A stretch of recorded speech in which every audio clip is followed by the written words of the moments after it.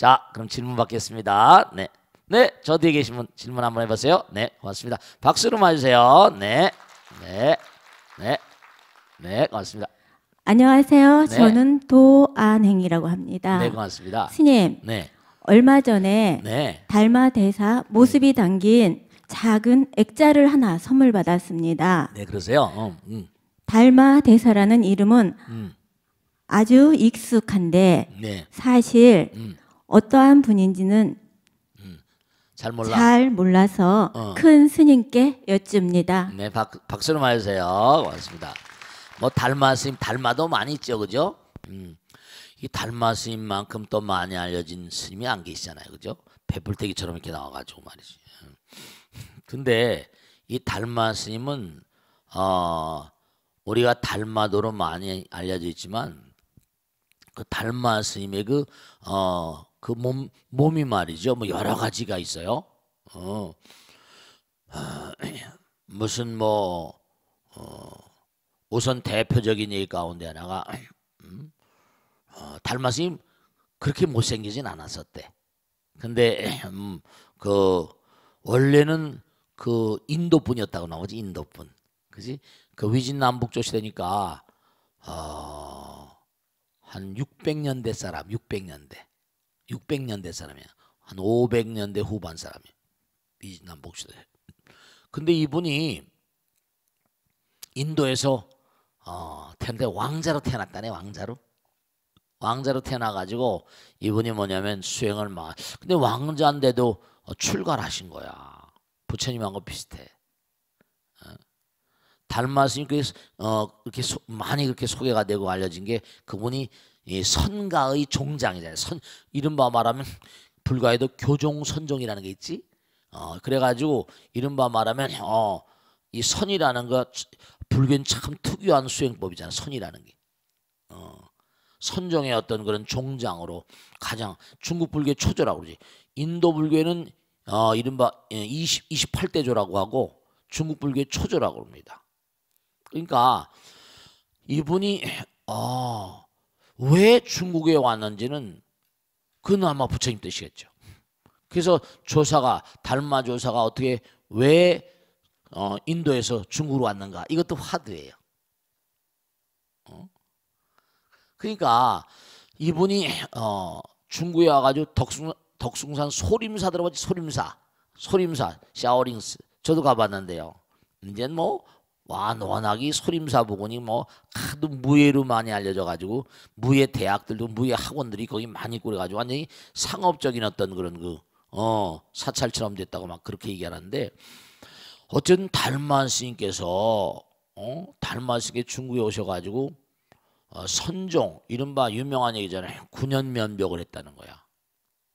면벽을 하니까 이른바 중국에 있는 여러 스님들이 와가지고 도를 물으려고 왔다는 거야. 그 대표적인 스님이 신광이라는 스님인데 펄펄 그 덕숭산 그게 사천성 이른바 좀 추운 데잖아요. 근데 막 도를 물으려 왔습니다 했더니 대답도 안 하고 미동도 안 하고 그냥 앉아 있는 거예요. 그 뒤면 거하니 기가 막힌 거죠. 하도 몸은 얼어 들어가는데 스승 달마스님은 뒤를 돌아볼 생각도 안 해. 그게 뭐냐면 칼을 들어가지고 말이죠. 칼을 가져와서 그냥 자기 팔뚝을, 해가 단비라고 하는데 팔뚝을 탁 쳐가지고 이래도 절 못 믿으시겠으면 뭐라 다음에 목을 쳐서 바치겠습니다. 이제 왔구나 이렇게 했대. 스승과 제자 사이는 뭐라 목숨을 같이 나누는 사이라 그러잖아요. 그래가지고 해가란 스님, 해가란 스님을 가르쳐가지고 해가 그 다음에 달마, 해가, 3조 승찬, 4조 도신, 5조 홍인, 6조 해능, 이제 유명한 해능 스님 쭉 내한 선종의 계보가 있습니다. 근데 이 또 달마 스님은 또 유명한 일화가 양나라, 그 양나라가 그 당시에 무제라고 있어가지고 이분이 호불왕이야. 그렇게 불교를 좋아했대요. 그래서 이제 달마 스님하고 그 대화 얘기가 나오잖아. 내가 절도 많이 짓고 스님들도 많이 배출하고 경전도 이왕 자신이 무슨 경전을 강의하고 그랬을 정도라니까. 내가 경전도 많이 그렇게 만들고 그랬는데 내 공덕이 얼마나 내 공덕이 크지 않겠습니까? 그랬더니 무공덕 그랬다는 공동무라는 거. 왜냐하면 네가 벌써 공덕을 지었다는 걸 뭐라 얘기하는 건 뭐라 받으려는 마음이 있는 건 그건 별로 공덕이 안 된다는 거지. 정말 우리가 남에게 뭘 해주고 나를 드러내지 않는 그 마음이 부처님 마음이잖아. 벌써 내가 얼마나 공덕이 있겠습니까? 이거 뭐라 내가가 있잖아. 이기적인 마음이 있으면 참 공덕이 아니라는 거예요. 우리 공덕을 짓는 것도 뭐 그런 거 있잖아요. 공덕을 짓는 것도 한 생은 공덕을 짓느라고 바빠.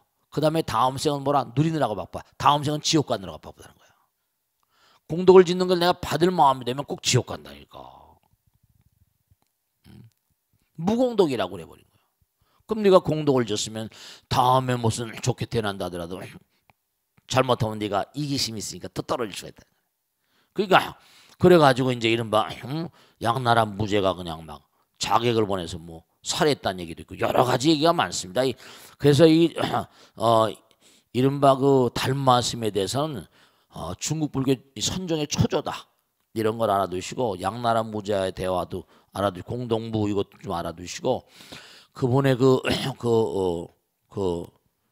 뭡니까 그 몸 생긴 양상 같은 게 무슨 뭐 못생겼는데 원래는 뭐 그렇지 않고 뭐가 무슨 뭐 다른 게 들어왔다 이런 얘기도 있고 여러 가지 있습니다. 어쨌거나 간에 이 달마스님 달마도가 그렇게 많이 횡행하는 것은 뭔가 하니 중국 불교 또 한국 불교의 뭐 우리 동양 불교의 크나큰 뭐라 족적을 남기신 분이니까 아시겠죠? 선종의 초조이시다 그런 걸 분명히 알아두시라고요. 아시겠죠? 자 다음 좀 받겠습니다. 네 고맙습니다. 네. 안녕하세요. 네네. 저는 59기 유영진이라고 합니다. 네 고맙습니다. 불교 공부를 시작하고 나서 참회라는 말을 많이 듣게 됐는데요. 그렇죠. 네네네. 예, 참회라는 말을 반성과 같은 말로 이해하면 될까도 궁금하고요. 네네네. 예, 참회를 어떻게 해야지 진실한 참회가 되는지 궁금해서 질문드립니다. 네 고맙습니다. 박수 좀 해주세요. 고맙습니다. 네 좋은 질문이세요. 참회는 말이죠. 중요한 게 있는데 우리의 본래 마음은 우린 본래 부처님이잖아요. 근데 우리가 이렇게 덩어리져서 살다 보니까 부처님을 잊어버리고 살아요. 자기 자신을 잊어버리는 거야. 참나를 잊어버리는 거예요. 그리고 감각의 포로가 돼 살다 보니까 감각이라는 건 전부 다 이른바 말하는 말씀이죠. 물질적인 세계에서 오는 게 감각이니까 오염이 돼 있거든. 우리를 미혹시켜 버립니다. 그러니까 냉정하게 따지면 우리가 불성을 등진 모든 것들은 참의 대상이에요. 그러니까 참의 대상은 뭐냐면 우리가 본래 부처님인데 부처님 마음을 벗어난 것들은 전부가 다 이게 이른바 말하면 전부 다 참의 대상이고 참회가 반성은 어떻게 하냐 같은 면도 있지만 이런 점이 있어요. 참회라는 건 두 가지 패턴이 있거든요. 이참 사참이라고 해요. 이렇게 부처님 말씀 공부하면서 마음으로 뉘우치는 게 있어요. 몸으로 뉘우치는 거 우리가 108참회라고 하는 거 있잖아요. 3000배 참회라고 하나 뭐 100만 배 참회라고 하나 정말로 100만 배 하신 분들이 계십니다. 우리 법당에는. 자꾸만 참여하면 아까 말씀드린 업장 소멸된다 그랬잖아요. 기도하면 정말 업장이 무너지고 부서지고 그래요. 하루에 10,000배 시간은 10,000배 거사도 있어요. 정말로 암을 고치대요. 10,000배 거사. 그러니까 자꾸만 자기가 몸과 마음을 던져서 참회를 하게 되면 어떤 결과를 가져오는 거 아니? 우리가 육신을 가지고 살아가다 보면 정도의 차이 있지만 육신은 점점 가면 갈수록 기계니까 어떻게 되죠? 생각해 보세요. 우리가 하루에도 1분간에 72번씩 뛰잖아요. 그죠? 72번씩 뜁니다. 맥박이 1시간이면요 4,000번이에요. 하루면 10만 번 뜁니다. 10만 번을 뛰는데 하루에 10만 번 뛰는 게 365일에다가 80년 평균을 잡아보세요. 그리고 또 쉬지 않고 뜁니다. 야, 이거 대단한 에너지예요. 조막덩어리만한 게. 어마어마한 에너지요. 사람으로 올 수 있는 공덕이라는 게 여기에 나온 근본적인 이유는 이와 같은 몸뚱아리를 통해서 사실 냉정하게 따지면요. 참회하러 나온 거예요. 전식특지라 이 세상에 나가서 부처님 공부를 열심히 해가지고 성불의 길을 가라고 나온 거지 먹고 마시고 즐겨 사랑하라고 나온 건 아니에요. 근데 우리가 자꾸만 허튼 짓을 하니까 마음으로 뉘우치고 몸으로 뉘우치고 몸이라는 것도 감각이 자꾸만 내 마음을 휩쓸어 가잖아요. 그래서 중요한 게 뭐냐면 참회의 본래 뜻은 본래의 자기로 돌아가는 거예요. 본래의 어떤 내 마음. 그러니까 다른 종교도 뭐냐면 어떤 참회 비슷한 양상이 있어요. 그게 예를 들면 뭐냐면 회개란 말을 써요. 뭐 고해란 말을 쓰고. 그건 뭐냐면 뭐 신에게 자기 잘못을 비는 거라고 그러는데 불교에서는 물론 그런 양상도 없지 않아 있다고. 우리는 뭔가 부처님 밖에 있는 거라고 생각. 그런 차원보다 내 마음 가운데 부처님 계시잖아요. 내 마음 가운데 계신 몸과안이 부처님 전에 내가 지은 몸과안이 업장을 참여하면서 결국 내 몸과 마음을 부처님 마음으로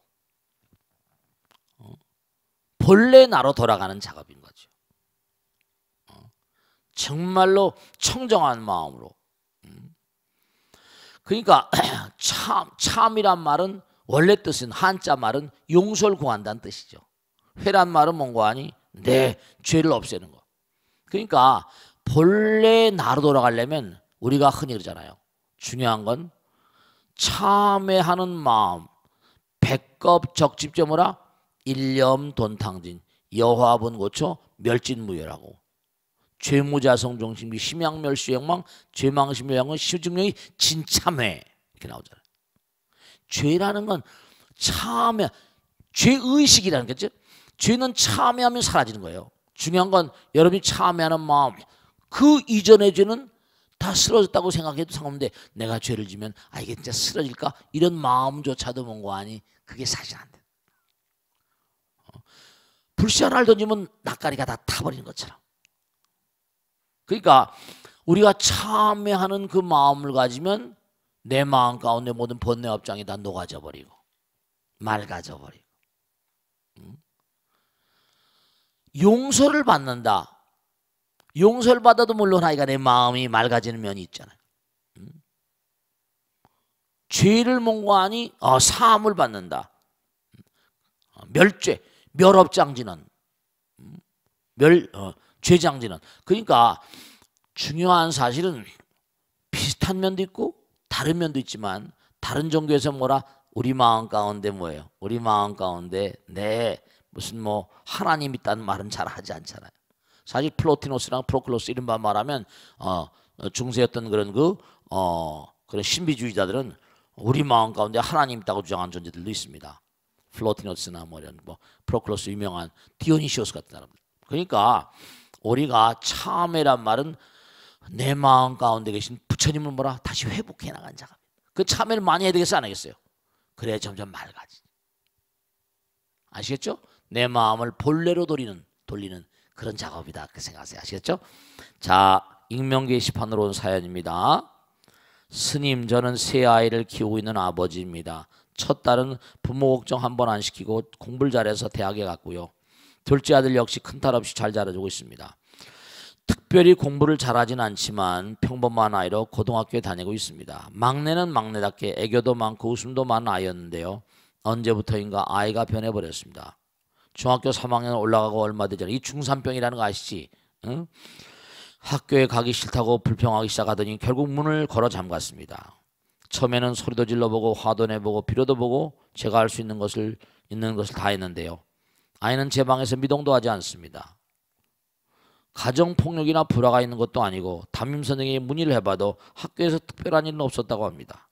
도대체 우리 아이가 왜 이러는 것인지 알 수가 없습니다. 집안의 대소사에 아이가 보이지 않으니 가족들이 무슨 일이냐고 묻는데 뭐라고 말을 해야 할지 그것도 난처하기만 합니다. 하루하루 속이 새카맣게 타들어가고 있습니다. 몸무게도 7kg이나 줄었습니다. 엄마가 아주 고생하시네. 아이가 알아서 문을 열고 나오기를 마냥 기다리고 있을 수도 없고 도대체 어떻게 해야 좋을지 몰라서 답답한 마음에 큰 스님께 좋아하는 겁니다. 여러분 아들 딸 가운데도 이런 아들 딸이 있어? 중산병 있는 사람 손 들어봐봐. 이럴 경우는 어떻게 하면 좋겠어? 이렇게 아이가 꽉 문을 잠그고. 왜 그럴 것 같아? 우선 중요한 건 이 중산병을 연구하는 많은 그런 학자들에게 따르면 중3이라는 게 사춘기잖아요. 새로운 어떤 그런 새로운 세계에 눈을 뜨게 된단 말이에요. 엄마 아버지 뱃속에서 나오는 건 제1의 탄생이고 사춘기를 제2의 탄생이라고 그래. 뭐 사춘기라는 것도 있습니다만은 사춘기. 근데 사춘기가 되면 사실은 뭐냐면 어떤 문제가 생기는 거 아니? 뭔가 세상을 이렇게 한번 이제 태어날 때 그냥 철도 없이 살지만 이제 뭔가 아니 철이 좀 들면서 자꾸만 세상을 이렇게 응시하게 되잖아요. 거기다 또 뭔가 아니 세상을 응시하다 보면 자연이 뭔가 아니 여러 가지 미래에 대한 생각도 아니할 수 없는 것이고 또 이 아이를 제가 보지 않아서 그런지 모르겠지만 아이들이 또 뭐냐면 사춘기가 되면 외모라거나 용모라거나 이런 거 있잖아요. 그런데 신경을 많이 쓰잖아요. 학교를 다니다 보면 인기 짱뭐 이러잖아요. 그죠? 잘생긴 아이들. 그 연예인 같은 걸 애들이 좋아하고 말이죠. 첫째로 아이들을 가만히 보면 여러 가지 콤플렉스랄까? 자기가 남들에게 뭔가 하여간에 뭔가 뒤진다거나 이런 거 있잖아요. 용모라거나 뭐 학업이라거나 여기 보면 뭐 학교에서도 큰 문제가 없다고 한다는데 그럼 하여간에 뭔가 하여간에 아이의 마음 가운데 뭔가 하여간에 어둠이 깃들어 있는 거야. 그러니까 몸과 마음이 편치 못하지. 말을 잘 하지 않고 이럴 땐 말이죠. 너무 답답해하지 마세요. 너무 답답해하지 말고 우선 첫째로 뭐냐면 학교 선생님은 별로 수많은 아이들한테 어떻게 관심 있어요. 그러니까 조심조심히 좀 접근하겠지만 여기 개포동 사는 보살님 이 비슷한 아이가 있는데 그래서 이렇게 이제 학교에다 그 학급에 있는 친구들한테 가지고 이렇게 불러서 이제 좀 이렇게 접근해서 물어보기도 하고 아이가 학교 생활이 어떤가 뭐라고 얘기하냐 친구들도 있을 수 있고 한번 이렇게 관찰을 하고 너무 이거 스쳐 지나가는 뭐죠? 스쳐 지나가는 어떤 거는 뭔가 어떤 그런 그 흐름 같은 거니까 이 사춘기를 좀 잘 보내야 되는데 그래서 제가 하나 제안을 해드리겠는데 어떤 제안을 드리는 거 아니? 아이에게 엄마가 편지를 써보세요. 편지를 진심을 담아서 엄마도 너 나이 때 네가 어떤 마음인지 모르겠지만 엄마의 충심을 담았어. 그러니까 아이가 말이죠. 뭔가 엄마가 이 세상에 너를 낳을 때 얼마나 정말 기쁨에 겨웠는지 모르겠다지.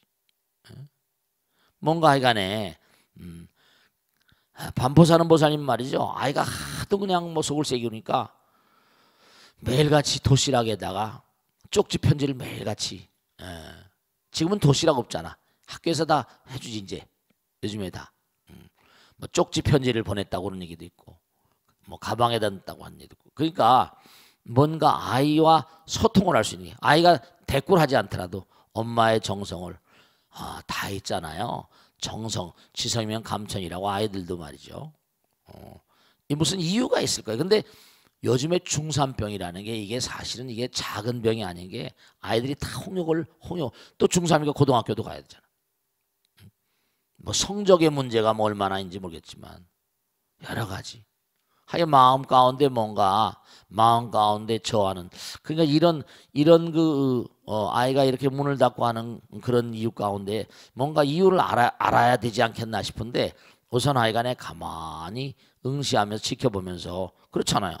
중요한 게 있다니까요. 뭐냐면 이런 게 있잖아요. 그죠? 여러분 뭐 손에 흔디가 나잖아. 그러면 옛날에 어르신들이 뭐라 그래요? 가만 놔두라. 지켜보면은 뭔가 아이가 그럼요. 엄마 아버지가 없으니까 엄마 아버지의 도움이 필요할 때가 있잖아요. 그러니까 엄마 편지를 쓰면서 엄마 아버지한테 엄마한테 언제든지 얘기할 게 있으면 꼭 얘기해라. 넌 엄마의 영원한 사랑이니까. 그러니까 대화의 문을 트는 자꾸만 그것도 하나의 소통수단이잖아요. 편지 작전을 한번 해봐. 편지 작전. 얘가 마음을 뭐 열든 안 열든 간에 자꾸만 이렇게 띄엄띄엄 편지 쓰게 되면 소통하는 소통수단이 있어야잖아. 문을 무슨 뭐 열고 안 열고가 문제가 아니라 소통수단이 있으면 되는 거니까. 진심으로 그 아이와 통할 수 있는 편지 같은 걸 써보고. 그 가만히 관찰하다 보면요.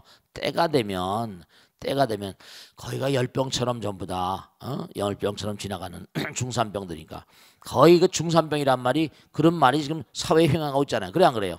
중산병들이 다 있다니까. 어떤 넘어가야 되는 그런 그 시간들이니까 사춘기 대체로 보면 뭔가 중산병 아이들이 외로워합니다. 왜 그런 거 아니? 커나서 지금까지 온 거와 또 다른 세계랄까? 무슨 뭐 입시의 부담이랄까? 이제 고등학교도 가고 대학교도 갈까? 뭐 여러 가지 생각. 그 대체로 보면 저도 이제 중3 아이들 상담해 보고 그런 말이죠. 새로운 세계를 안 것에 대한 어떤 그런 그 뭐라 할까요? 이제 어떻게 가야 될까? 고뇌한다고 그럴까? 그러다 보니까 몸과 마음에 여러 가지 정신적인 두통도 있고 막 그러더라고요. 편두통도 오고. 그러니까 뭔가 스쳐 지나가는 거지만 열병 같은 거긴 하지만 예의주시하고 너무 짜증 부리고 그러지 마시고 뭐 이렇게 7kg씩 뭐 줄 필요가 뭐 있어요.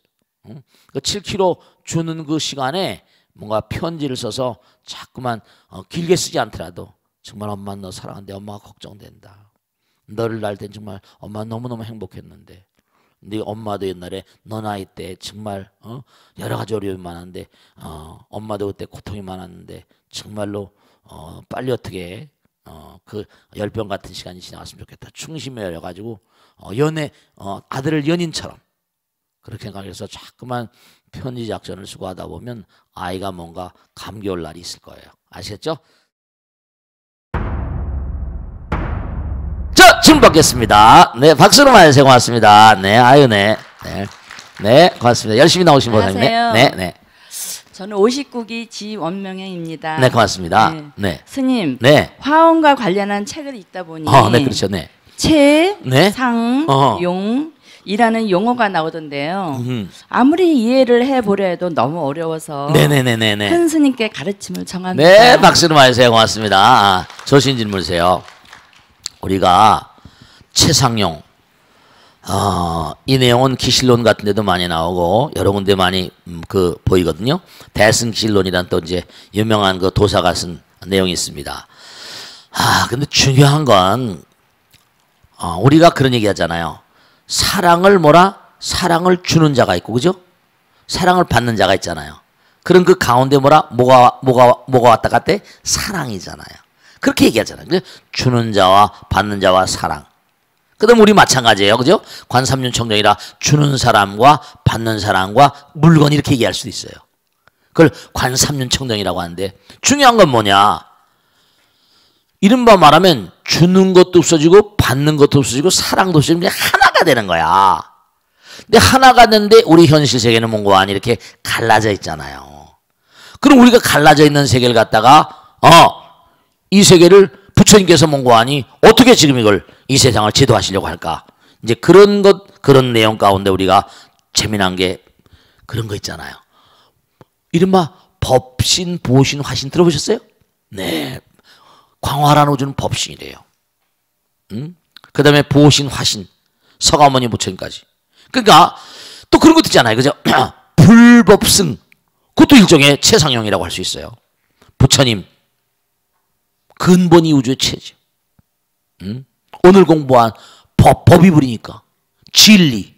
그 다음 뭔가 아니 진리를 생활해서 실천하고 펼치는 그런 승이라는 게 스님만이 아니에요. 사부대중 말하니까 비구비구니 우바세와이. 그러니까 서양에서 또 뭐라죠? 뭐 성부와 성자와 성신 뭐 이런 얘기 하잖아요. 그걸 삼위일체라고 말하기도 하는데 참 말이죠. 이른바 말하면 뭐 삼관, 공가 중에 삼관이라거나 뭐 여러 가지 삼법이라거나, 즉 다시 말씀하면 근본적인 이 우주는 하나잖아요. 영원하잖아요. 그죠? 그걸 체라고 보는 겁니다. 체. 본질. 아시겠죠? 본질체라고 보는 거예요. 근데 그게 뭐냐면요. 네. 그게 이른바 말하면 본질의 세계가 뭔가 법으로 등장해요. 법.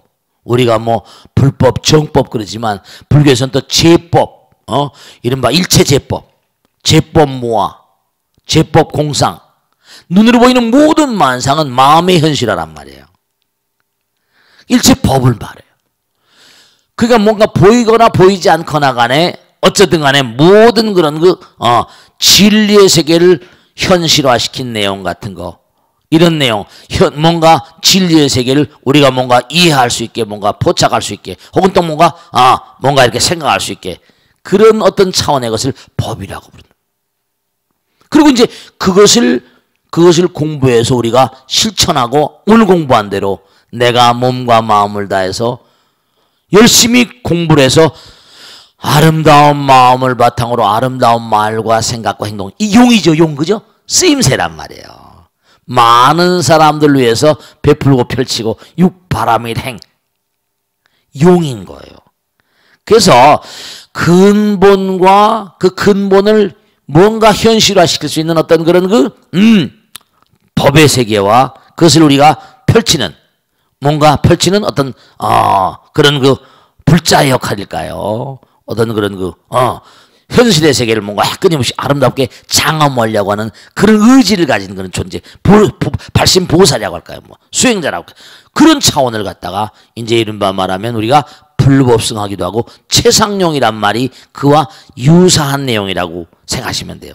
진여문, 생멸문에서 뭐 여러 가지 얘기합니다만 어렵게 생각하지 마시고, 최상용은 불법승과도 대단히 뭔가 유사한 개념이구나. 법신, 보신, 뭐라? 화신과도 유사한 개념이구나.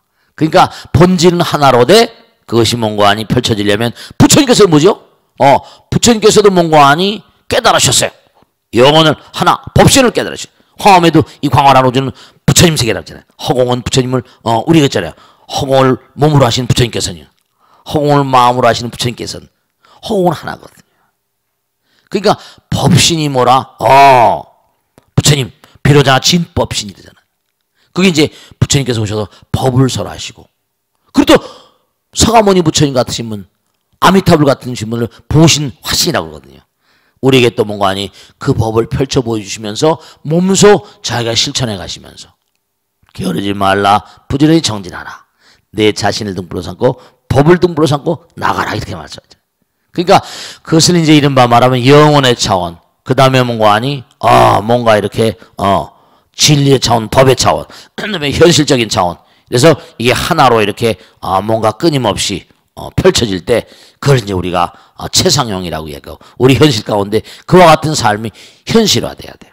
그래서 뭐냐면 불법승 삼보라고 하고 삼신불, 법신, 보신, 화신 그러잖아요. 그러니까 아까 처음에 말씀드린 대로 내가 뭔가 아니 내가 뭔가 사랑을 베푸는 사람, 그죠? 근원이죠, 근원. 그죠? 그 다음에 받는 사람, 이해하기 쉽게. 그 다음에 그 가운데 뭐라? 사랑으로 하나가 되잖아요. 그 주는 사람, 받는 사람 중에 사랑 가운데 모두가 다 하나가 되는 거지만, 그걸 이렇게 나눠서 설명한 그런 내용이시다. 그렇게 이해하시면 큰 대과가 없을 겁니다. 아시겠죠? 자, 다음 질문 가겠습니다. 네, 박수로 하세요. 네, 고맙습니다. 네, 고맙습니다. 네, 안녕하십니까? 네, 고맙습니다. 네. 59기 법계성이라고 합니다. 네, 고맙습니다. 네, 항상 스님의 법문 정말 감사합니다. 네, 고맙습니다. 네.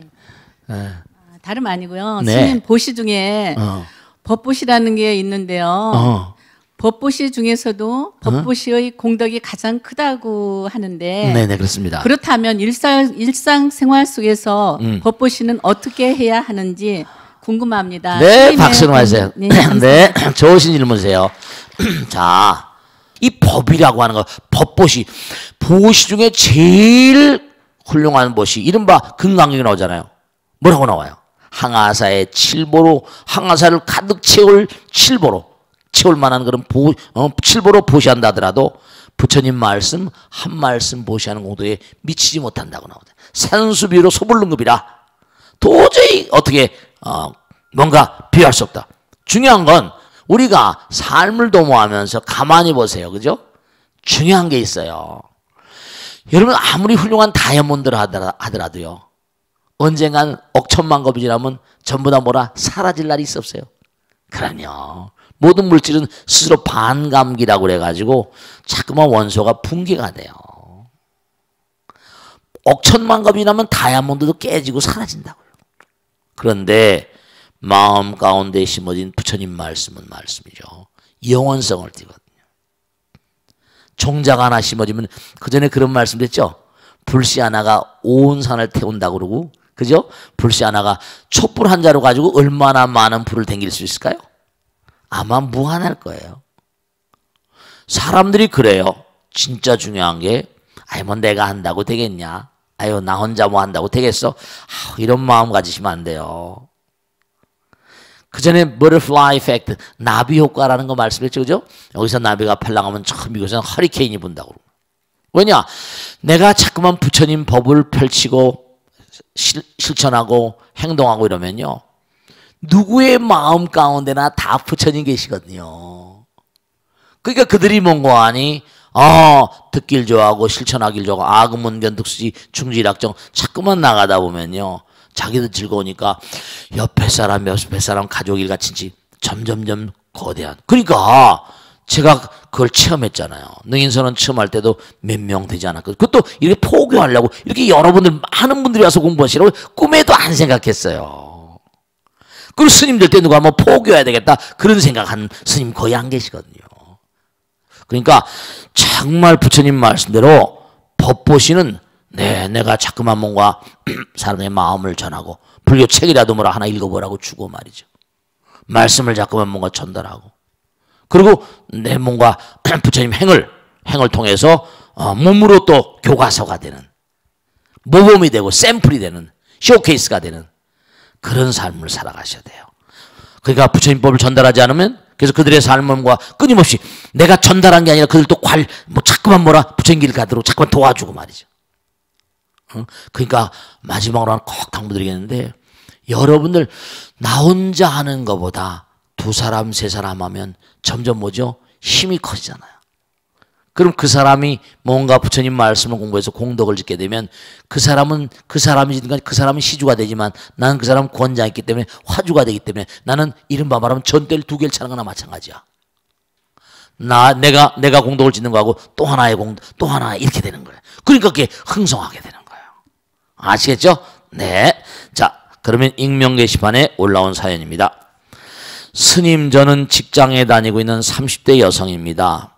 얼마 전에 경력직으로 직장을 옮겼는데 새로 옮긴 곳은 전과 달리 여성들이 대부분인 곳입니다. 처음엔 다들 밝고 친절해서 이직하길 잘했구나 생각했었는데 시간이 갈수록 후회가 밀려옵니다. 문제는 저희 부서 직속 상사가 굉장히 신심이 깊은 분인데 저와 종교가 다르다는 점입니다.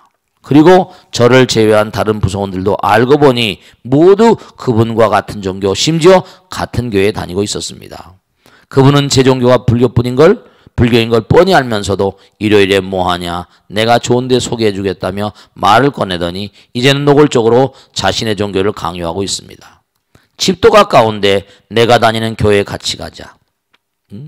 우리 부서 누구누구는 1시간이나 걸리는데 우리 교회에 다닌다.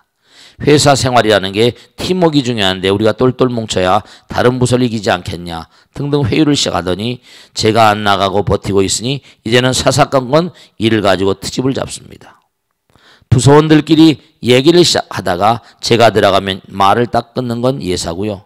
업무에 필요한 공지사항을 제게만 알려주지 않아 저만 곤란했던 정도 한두 번이 아닙니다. 앞으로 살아갈 길이 막막하기만 한데요. 스님, 오랫동안 고민해서 옮긴 회사입니다. 저는 어떻게 할까요? 제가 이분 너무 안타까운데 절대로 안타까워하지 마세요. 교회를 가세요. 이분 제가 우선 중요한 게 있어요. 여러분들이 부처님께서 그랬거든요.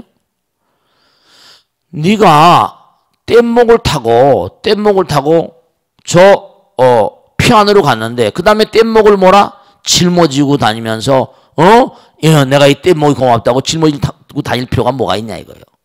우선 중요한 건 이렇게 안타까운 건 우리 사회가 지금 종교가 뭐예요? 종교가 별의별 종교가 많잖아요. 이제 정말로 한 30년 정도 하고 나니까 지금은 부처님법을 mon고하니 듣기를 즐겨하고 불교 신자라는 걸 조금 자학하는 그런 분들이 생겨났죠. 제가 강남에 30년 전에 왔을 때 남자나 누구나 가운데 정말입니다. 30년 전에 절에 법회 하나 제대로 한 절들이 없었어요. 또 30년 뒤 지금도 나아지긴 나아졌다 하더라도 생각해봤거든요. 중요한 건 기독교는 우리나라가 1300년 불교를 하면서 이 게임이 안 되는 거예요. 불교는 그들의 종교 양식상 전투적이잖아요. 중요한 건요. 불교는요. 개종하라 말라 하지 않습니다. 그리고 불교는 정말 근본적으로 본질적으로 이분이 이렇게 부처님법을 사랑한다고 한다면요. 뭔가 종교에 대한 편견을 갖지 마세요. 가서 자 내가 뭔가 하니 그 사람 얘기 내가 불교를 믿는 거예요. 그 불교를 내가 믿는 걸 알아요. 근데 자꾸만 얘기하거든요. 기독교인들은 집요하거든요. 집요해요. 불이익을 주잖아요. 내가 그렇다고 분명한 사실이 그 사람이 그런다고 내가 부처님 말씀을 믿고 한다고 해서 자꾸만 그걸 못하죠. 서로 간에 문제가 생기잖아요. 그 사람 마음도 불편하게 해주고 당장 나의 상업에 문제가 있는데 부처님께서 하신 말씀이에요. 전유경에 나오죠. 화살을 공부했죠. 그죠? 너가 화살을 쐈어. 맞았어. 그럼 어떻게 죠? 이 화살을 쏜 사람이 누구인지, 이 화살이 뭐로 만들어져 있는지, 그 사람이 뭐 어떻게 생겼는지 뭔지 그렇지. 그런 걸 알지 않으면 내가 이걸 뽑지 않겠다. 그럼 죽어버리지. 당장 내가 지금 화살을 맞았잖아요. 그거 어떻게 뽑아야 되잖아. 어떻게 돼요? 그러면 내가 만약에 교회 가면 부처님을 등진 게 아닙니까? 부처님은요 웃으실 거예요. 그 중요한 거는 이분은 지금 당장 생활하는 사람이에요. 당장 직장에 다녀야 되는데 불알 자꾸만 익히게 되면 자기에게 불이익인데 화살 맞았거든? 좋아 가서 들어봐. 목사님 말씀 들어보고 목사님 말씀 들으면서 불교하고 비교해보기도 하고 또 화기애애해지는 당장 내 마음이 불편하잖아요. 그 직장이 불편하잖아요. 나의 생업에도 문제가 있다. 이건 뭔가 아니 제가 아주 과감하게 말씀드리겠는데 교회 가세요. 교회 가요. 교회 가시라고. 가서 화합하. 불교는 화합이라고 그런 얘기하잖아요. 불화하면 안 돼요. 화상이라고 그러잖아요. 화합하는 거예요. 그러면서 가만히 듣고 중요한 건 우리 마음의 평화예요. 화합이랄 때 화자가 마음의 평화할 때 화자 똑같은 거야. 내가 불교를 믿는다고 그래서 상대방과 척지라고 맺는 거 아니에요. 부처님께서 아시겠습니까? 중요한 건 내가 불교를 믿는다고 상대방하고 장벽을 쌓아라 이렇게 말씀하지 않으셨어요. 그렇게 말씀하지 않으셨어요. 그러니까 이렇게 극렬하게 나오는데 나는 살아가야 되는데 어떻게 하겠습니까? 가만히 들으면서 들으면서 마음 가운데 심지 들으면서 이렇게 하다 보면 마음 가운데 생각되는 게 있어요. 불교는 뭐라? 내 마음의 부처님이거든요. 내 마음의 부처님. 내가 부처예요. 부처님 모든 걸 포용하시잖아요. 그래 안 그래요? 부처님 버리는 게 없어요. 다 받아들이죠. 스님 그러면 무슨 종교가 다 같다는 겁니까? 여러 말씀이죠. 마음 가운데 내가 부처라고 하다 보면 생각해 보세요. 부처님께서 이러셨거든요. 삼종외도에 나오잖아요. 뭐라고 나와요? 이렇게 나오시잖아요.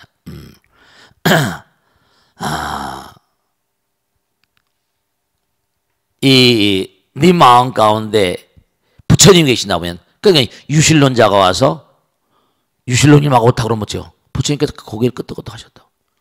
무실론자가 와서 뭐라면 또 고개를 끄덕끄덕. 또 유물론자가 와서 흉명론자가 와서 다 그러면서 하신 말씀이 뭔가 하니 절대로 뭔가 하니 자 주의 종 주여지여 그러잖아요. 주여 저 높은 곳을 향해서 우리는 하나라고 그래. 하나 그들은 어쨌거나 이원론이거든요. 내 마음 가운데 하나님이 임하신다는 얘기도 해요. 임하시는 거니까 우리가 부처님인데 아직 깨닫지 못한 부처님이라는 거 아니에요. 숙명론이 유물론이 모든 게 뭐라? 다 밖에 있는 거라는 거 아니에요. 내 안에 뭐라? 내 안에 부처님 계시다는 게 부처님 가르칩니다. 그러니까 꼭 당부드리겠는데, 아니 지금 당장 나는 살아가야 될 생활인인데 그렇다고 종교를 등지는 게 아니에요. 불교를 등지는 게 아닙니다. 가서 듣고 화기애애하면서 아 스님 뭐 겉으로만 그럴 수 있습니까? 아니요. 들어요. 아, 이렇게 생각하세요. 뭐냐면 중요한 것은 지금 그러니까 이분이 얼마나 교리 공부가 제대로 되어 있는지 잘 모르겠어요. 또 이런데 익명 게시판에 올 정도니까 공부를 꽤 많이 하신 것 같아요. 많이 하신 것 같아요. 근데 어쨌든 간에 중요한 건 안타깝잖아요. 이슬람을 믿는 사람들 봐요. 사람을 막 죽이고 살리잖아. 참수하잖아. 지금 서양은 뭔가 아니 계속해서 전쟁의 종교잖아. 30년 전에 50년 전에 나 이외에 다른 신 섬기지 말라. 그러니까 뭐냐면 자기 종교만 올바르다고 강요하고 그러니까 이런 일이 벌어지는 거예요. 그렇다고 해서 내가 그 사람을 싸울 수 있어요? 불교는 싸우지 않는 종교예요. 불교는 싸우지 않는 종교예요. 그러면서 뭔가 아니 내 마음 가운데 항상 부처님, 하나님이라 그러면 부처님 다 하나님. 다툼이 없는 거예요. 마음의 평화니까. 그러니까 좀 뭔가 뭐 교회 가야지 꼭 되냐고. 당장 이분은 생활을 해야 될 뿐이고 뭔가 지금 하루하루 살아가는 부처님께서 뭐라? 현실이 중요하다고 그랬거든요. 화살을 맞았으면 우선 화살을 뽑아내고 내 마음의 평정을 유지해야 될 필요성이 절대적입니다. 아시겠죠? 그렇게 하시고 계속해서 뭔가 하니 이분한테 꼭 당부드리고 싶으면 간다 하더라도 부처님 말씀을 유념하시고 법고대통을 꾸준히 보시고 하다 보면 저도 마찬가지잖아요. 다른 종교를 열심히 믿고 했었으니까 이렇게 부처님 공부를 하다 보니까 또 그걸 또 비교해서 얼마인지 여러분에게 우리 같이 좋은 얘기를 나눌 수 있잖아요. 그러니까 공부를 해보시면 이 다음에 불교 공부도 꾸준히 하시다 보면 오히려 도움이 될 때 있어요. 내가 교회를 다녀봤는데 또 이 상사가 영원히 나의 상사는 아니잖아요. 흘러가는 물결처럼. 네, 그럼요. 변해가는. 재행이 뭐라? 무상인 거니까. 그렇게 생각하시고 항상 슬기롭고 지혜롭게 상황을 또 흘러가는 것처럼 이렇게. 아시겠죠? 자, 오늘 여기서 모두 끝냈습니다. 대단히 감사합니다. 성불하십시오. 마치겠습니다.